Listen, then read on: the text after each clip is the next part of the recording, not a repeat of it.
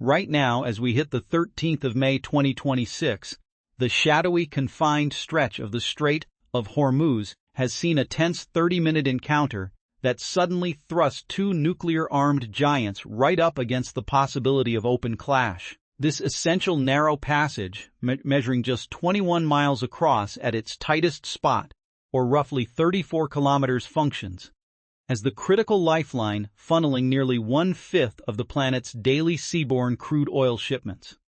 And right there in those high-pressure waters, a Chinese destroyer, together with a pair of accompanying support ships, abruptly shifted direction and steamed straight at an American carrier strike group. What unfolded next became an intense high-stakes face-off lasting precisely 30 minutes, a moment that left the entire world pausing in suspense. This is World Horizon View, and right here I am, laying out the full, unfiltered account of exactly what unfolded during those decisive 30 minutes, complete with layers of detail and surrounding context you simply will not encounter covered at this level of depth on any other outlet across the web. At minimum, one Chinese destroyer plus two support craft that had been stationed in the Gulf region for weeks under the cover of routine counter-piracy missions and shared naval drills executed a purposeful and challenging maneuver. They adjusted their heading and narrowed the gap toward American naval vessels. In reply, American crews moved with lightning efficiency, activating targeting radars, readying weapon systems, and calling every sailor to battle stations. Two nuclear-capable powers now stood locked in direct-view weapons, primed in one of the planet's most vital strategic sea routes. This move carried no accidental quality whatsoever. Instead, it represented a carefully timed strategic statement issued by Beijing exactly when Washington found itself deeply occupied with developments around Iran.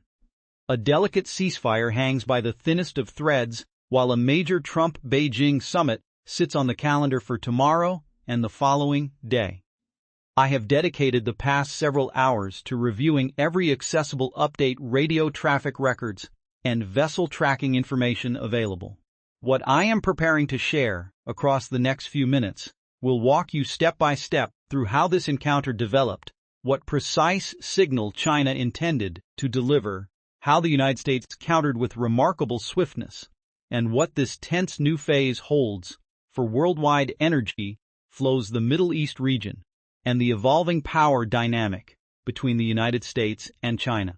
You are receiving this analysis ahead of most major news organizations, even realizing the true weight of what has just taken place. If you are tuned in at this moment, you have arrived at the perfect spot at the perfect time. So here is a quick request from me. Go ahead and tap that subscribe button, enable notifications, and remain right here with me, because over the coming minutes I will guide you through the complete scene, the military elements at play, the subtle psychological maneuvering, the incredibly slim line separating heightened alert from outright disaster, and the reasons the following 48 to 72 hours stand poised to redraw the world strategic map. The Strait of Hormuz has moved beyond its role as a simple trade route.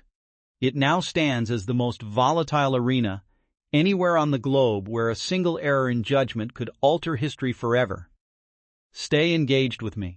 What you are about to hear will reshape the way you view the global power equation heading into the rest of 2026. Let me lay out the entire scene so you can see it clearly. On the 13th of May 2026, while global attention stayed fixed on delicate diplomatic efforts involving Iran, an even riskier situation suddenly boiled over in the depths of the Strait of Hormuz. At least one Chinese destroyer backed by two support ships had spent several weeks patrolling the Gulf area. On paper, their mission involved anti-piracy watches and combined training activities. In practice, they sat poised and alert. Without any advance notice, the trio altered course and advanced directly on a substantial United States carrier strike group. The narrowest section of the strait, barely 21 miles across, transformed instantly into a pressure-filled cauldron.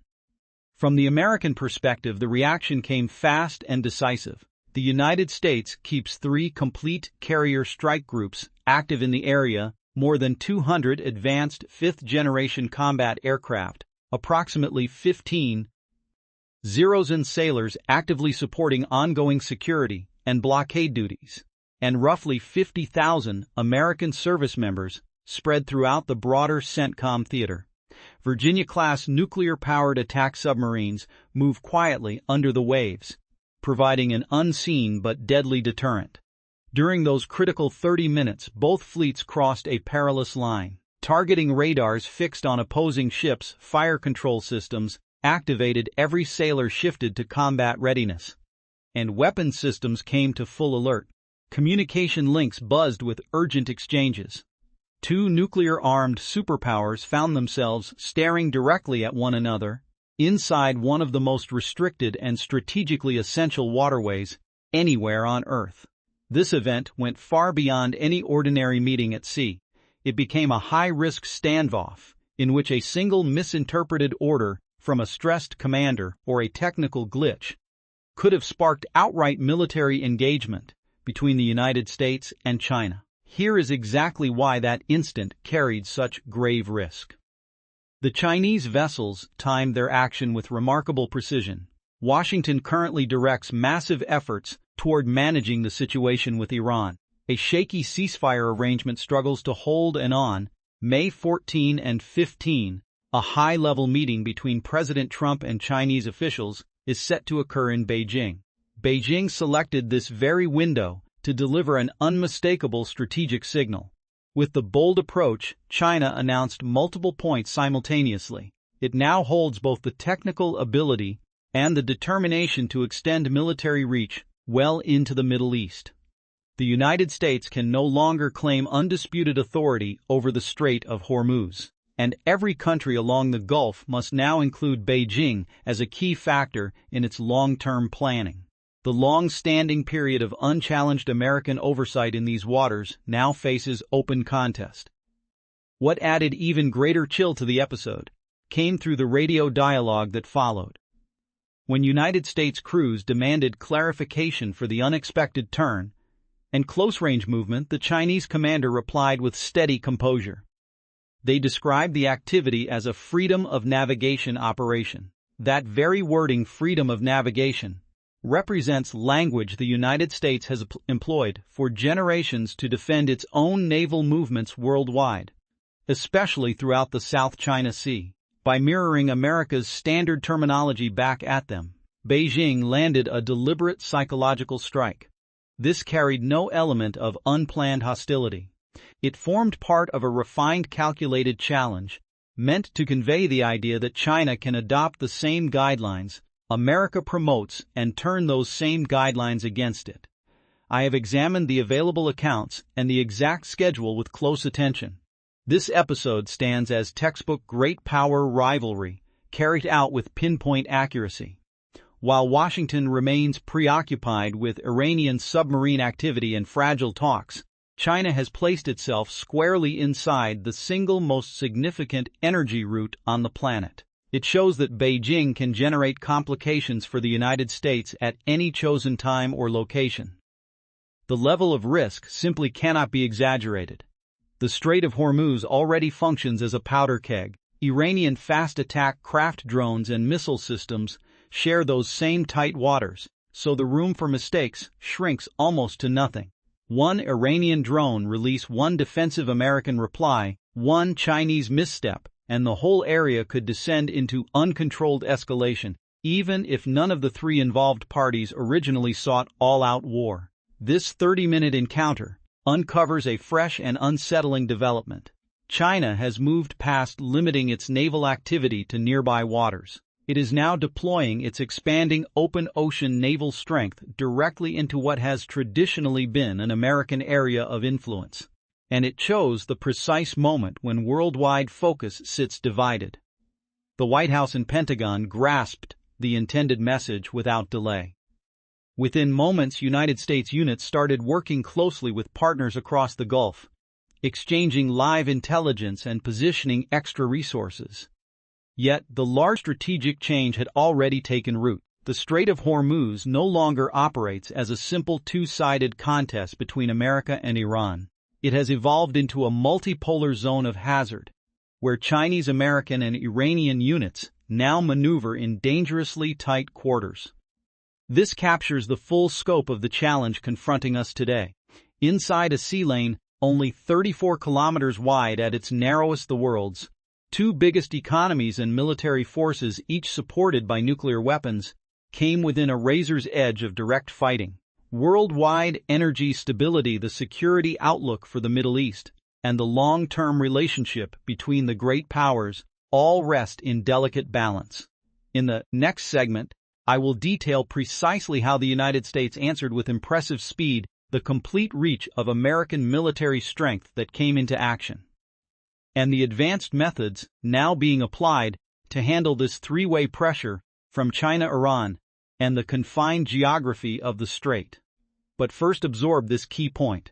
The events of May 13 amounted to far more than another routine naval episode. They formed a purposeful strategic message from an ascending power that refuses any longer to accept American preeminence over key global passages.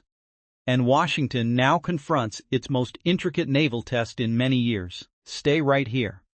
The complete outlook reveals even greater seriousness than first appears. Now allow me to outline exactly how the United States countered this bold challenge the moment it arose. I have pored over every piece of available information, from vessel tracking logs, radio recordings, satellite views, and official Pentagon releases. What occurred in those decisive minutes stands among the most refined examples of American power projection seen lately. In the opening 30 minutes after the Chinese course adjustment, the American reply proved rapid and carefully layered. United States teams quickly opened protected communication lines with Gulf partners such as Saudi Arabia, the United Arab Emirates, and Oman. Live intelligence flowed across secure channels.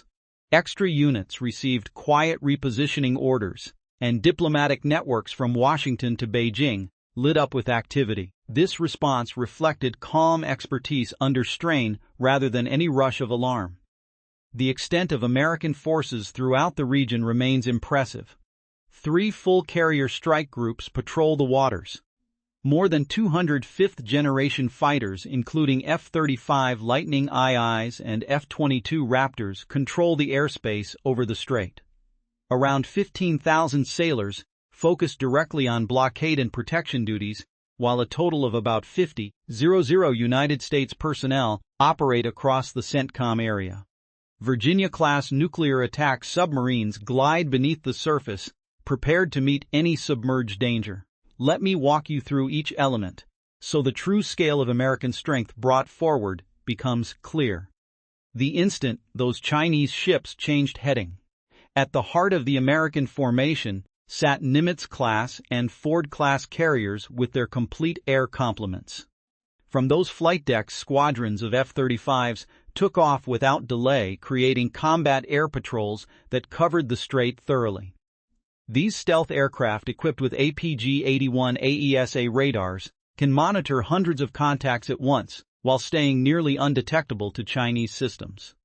Their precision-guided armaments and sophisticated electronic warfare tools establish a defensive shield that proves extremely difficult to breach. Close protection came from Arleigh Burke-class guided missile destroyers and Ticonderoga-class cruisers. Each vessel carries between 90 and 122 vertical launch cells stocked with Tomahawk cruise missiles, SM-3, and SM-6 interceptors, plus anti-submarine rockets. Their SPY-1D radars maintained continuous tracking on the approaching Chinese ships. Fire control networks reached full readiness, and every launch station confirmed weapons-free status inside minutes. Farther inside the group, Independence-class littoral combat ships stayed nearer the Iranian shoreline, their advanced mine countermeasure gear and 57mm guns prepared for any surface swarm. Beyond them, San Antonio-class amphibious ships remained on station with Marine Expeditionary Units and F-35B squadrons able to react quickly. Support and replenishment vessels guaranteed the whole fleet could hold position as long as necessary. Yet the most striking activity unfolded below the surface. Virginia-class nuclear attack submarines, the premier hunter-killer platforms available, shifted positions at once. Their advanced sonar arrays and Mark 48 heavyweight torpedoes formed an unseen barrier beneath the Chinese vessels. Any hostile action from the Chinese destroyer would have met crushing underwater resistance.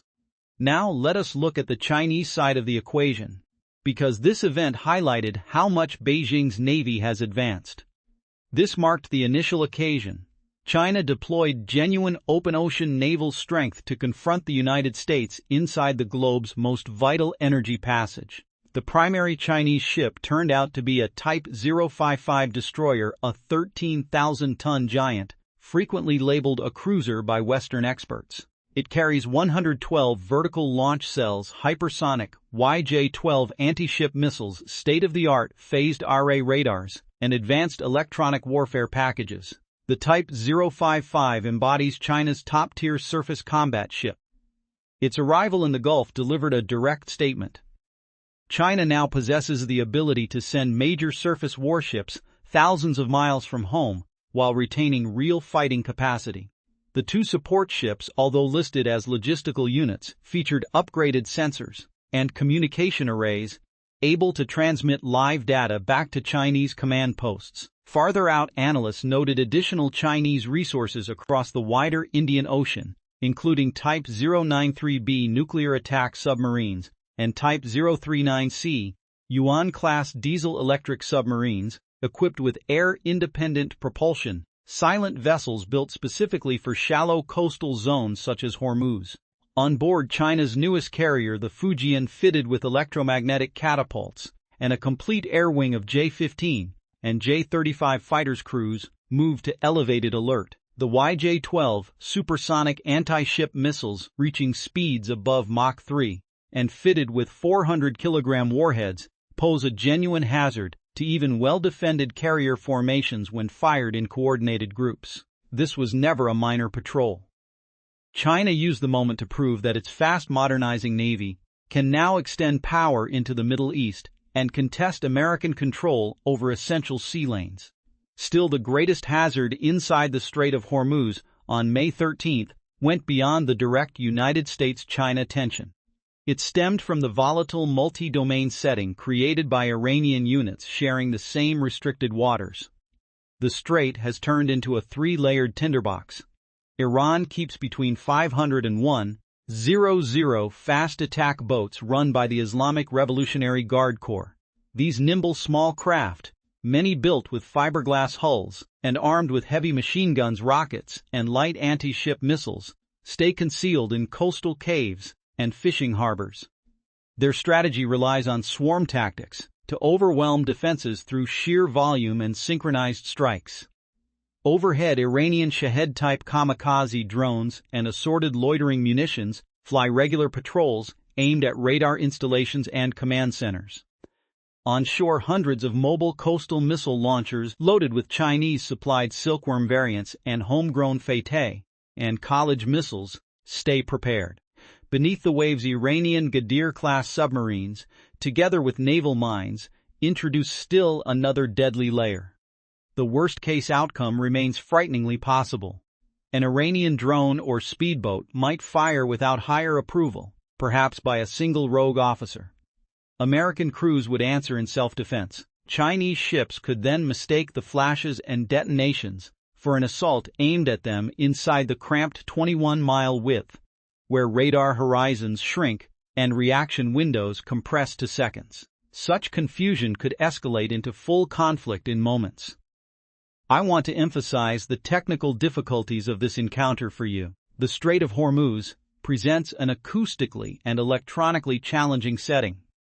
Powerful currents, shifting temperature layers, dense commercial traffic, and rapid changes in salinity interfere with sonar performance. Radar effectiveness drops because of humid, dusty air and the clutter created by hundreds of merchant vessels.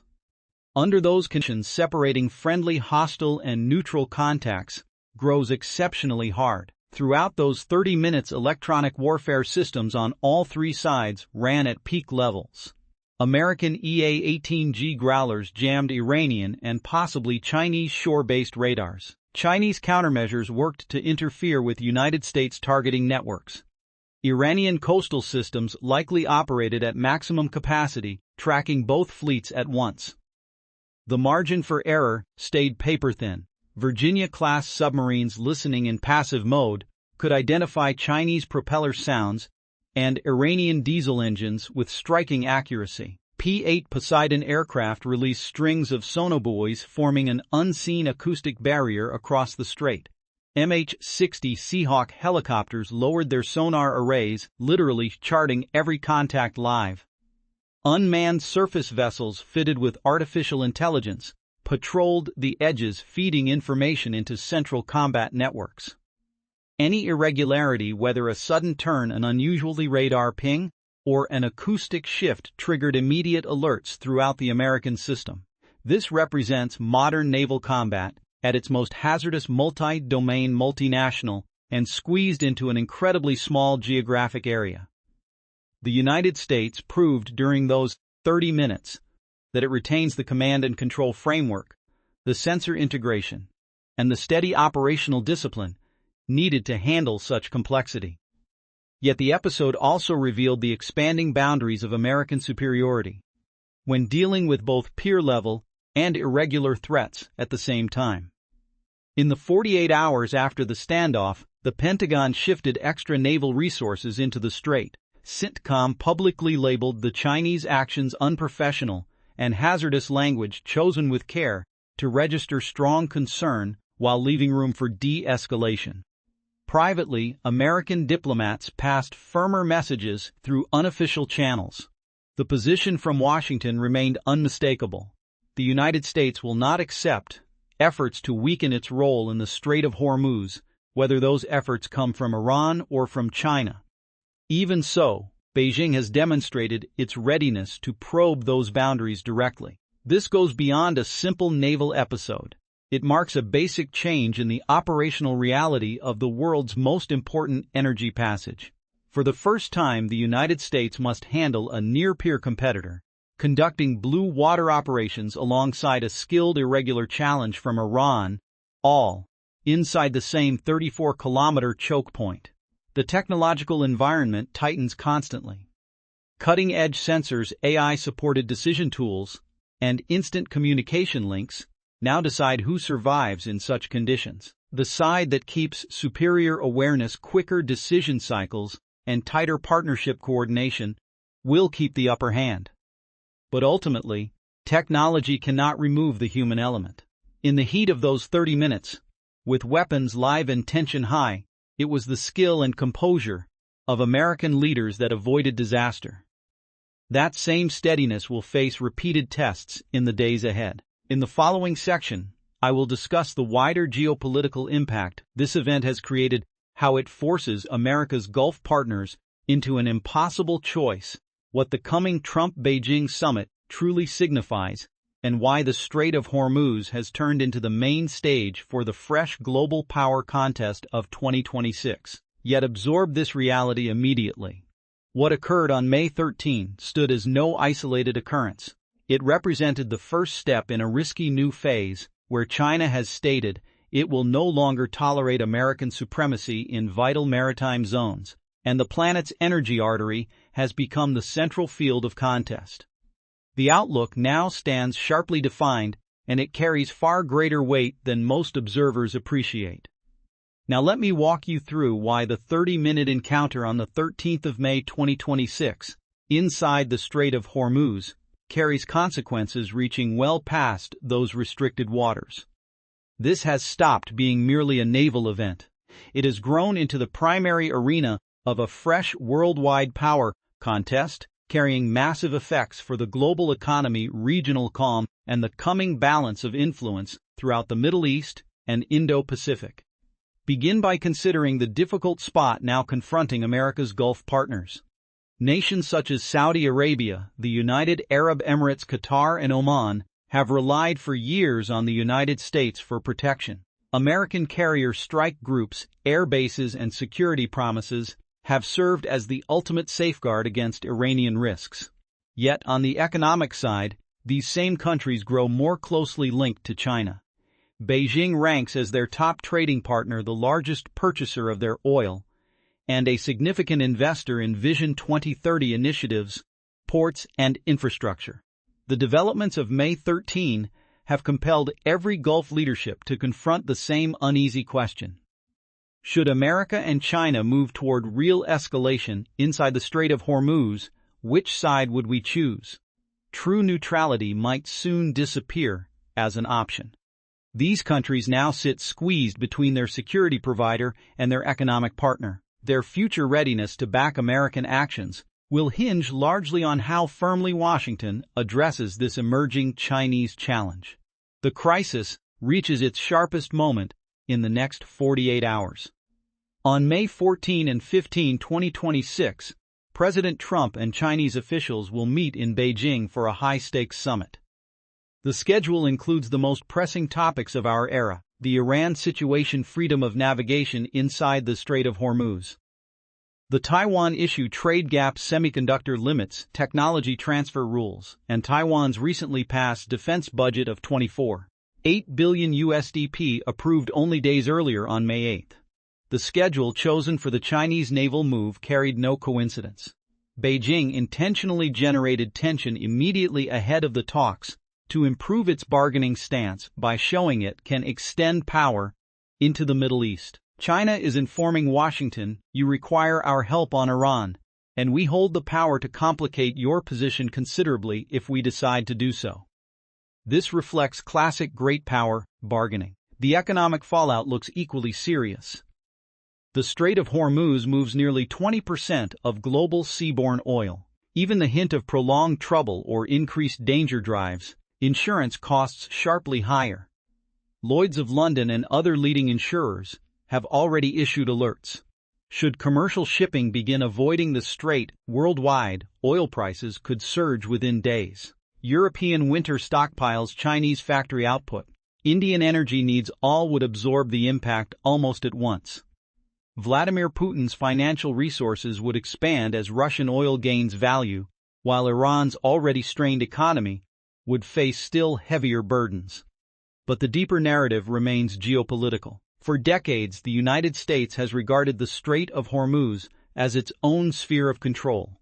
The events of May 13 recorded the first occasion China directly contested that control using credible open ocean naval strength. Beijing has now proven it can deploy a Type 055 destroyer and support ships thousands of miles from home straight into America's historic area of responsibility. That alters the entire picture. The strait, barely 21 miles wide at its narrowest, now holds American carrier strike groups, Chinese surface action groups, Iranian fast attack boats, drones, mines, and submarines, all maneuvering in close proximity. The chance of misjudgment sits extremely high. One Iranian speedboat captain acting independently, one radar error, one unclear radio message, and the whole region could erupt into conflict no party sought. America also confronts tough choices. Every destroyer, carrier, and submarine assigned to Hormuz represents one fewer resource ready for the Indo-Pacific. While Washington concentrates on this triple challenge in the Gulf, China keeps building strength near Taiwan. The United States military now stretches across two major theaters at once, exactly the outcome Beijing desired. I have reviewed the larger pattern closely. This fits inside China's extended plan to gradually weaken American worldwide leadership. By placing itself inside the Middle East, Beijing signals every country in the region, and beyond that, the time of unquestioned United States primacy draws to a close. Gulf states must now balance their options carefully. Russia receives additional room to maneuver. Iran feels encouraged. And America must decide whether to meet this test directly or accept a gradual step back from its historic position as protector of global energy routes. The outlook stands sharply defined. The Strait of Hormuz has shifted from a bilateral United States-Iran flashpoint into a multipolar zone of risk, where Chinese, American, and Iranian forces operate within sight of one another. Inside just 34 kilometers of water, the planet's two largest economies and military powers, both backed by nuclear arsenals, now probe each other's limits. Meanwhile, a highly unpredictable third player lingers nearby. China will maintain its naval presence in the area. The United States cannot walk away from its strategic duties. Iran continues its irregular tactics. The outcome becomes a lasting condition of elevated tension inside the world's most vital energy corridor. What we observe marks a historic transformation in the international system. The relatively stable post-Cold War period, when America could oversee key passages with little peer rivalry, has ended. A new and considerably more hazardous phase of great power competition has opened, and its opening major theater lies in the narrow waters of the Strait of Hormuz. In the closing portion of this discussion, I will pull together what everything signifies and what developments you should monitor in the coming days as the Trump-Beijing summit proceeds and the vessels stay locked in their risky positions. But grasp this now: the 30-minute encounter on May 13 represented only the start. It launched a far broader and more significant chapter in 21st century geopolitics. In summary, an entirely fresh and far riskier chapter has opened inside the Strait of Hormuz. What you saw on the 13th of May 2026 went beyond another naval episode. In just 30 minutes, two nuclear superpowers stood locked in direct view, with weapons prepared inside the most essential energy choke point. The outlook now stands sharply defined. The Strait of Hormuz, only 21 miles wide, at its narrowest, has become the most hazardous location anywhere on Earth. American carrier strike groups, Chinese surface action groups, and Iranian irregular forces now operate within visual range of each other. One misstep, one unclear signal, or one independent actor could ignite a conflict nobody desires yet nobody might prevent. China has delivered its message with unmistakable force. It will no longer tolerate American preeminence in the Middle East, and it stands prepared to project open ocean power thousands of miles from its shores. The United States has demonstrated it can answer with speed and capability, yet it now encounters its most intricate multi-domain test in many years. At the same time, Gulf nations find themselves caught between security reliance on Washington and economic reliance on Beijing. The next 48 to 72 hours will prove decisive.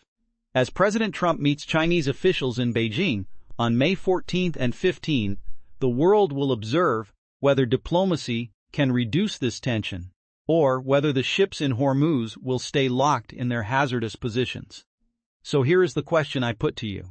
Do you see this 30-minute encounter as simply a cautionary signal from China, or the start of a new and considerably more hazardous period of direct great power rivalry inside the Middle East? Will the Trump-Beijing summit help calm the situation, or will Hormuz turn into a lasting flashpoint capable of reshaping the worldwide order? Share your honest thoughts in the comment section below. I read every comment, and I genuinely want to hear what you believe comes next.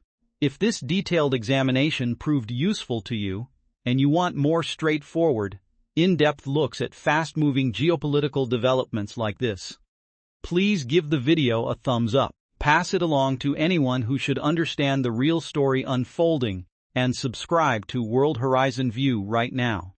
Enable notifications so you never miss the latest updates. We also make the complete audio edition available on Spotify for those times you prefer listening while driving or exercising. Thank you for staying with me all the way to the finish. During moments like these, keeping well-informed matters more than ever. This is World Horizon View. Stay safe, stay informed, and I will see you in the next update.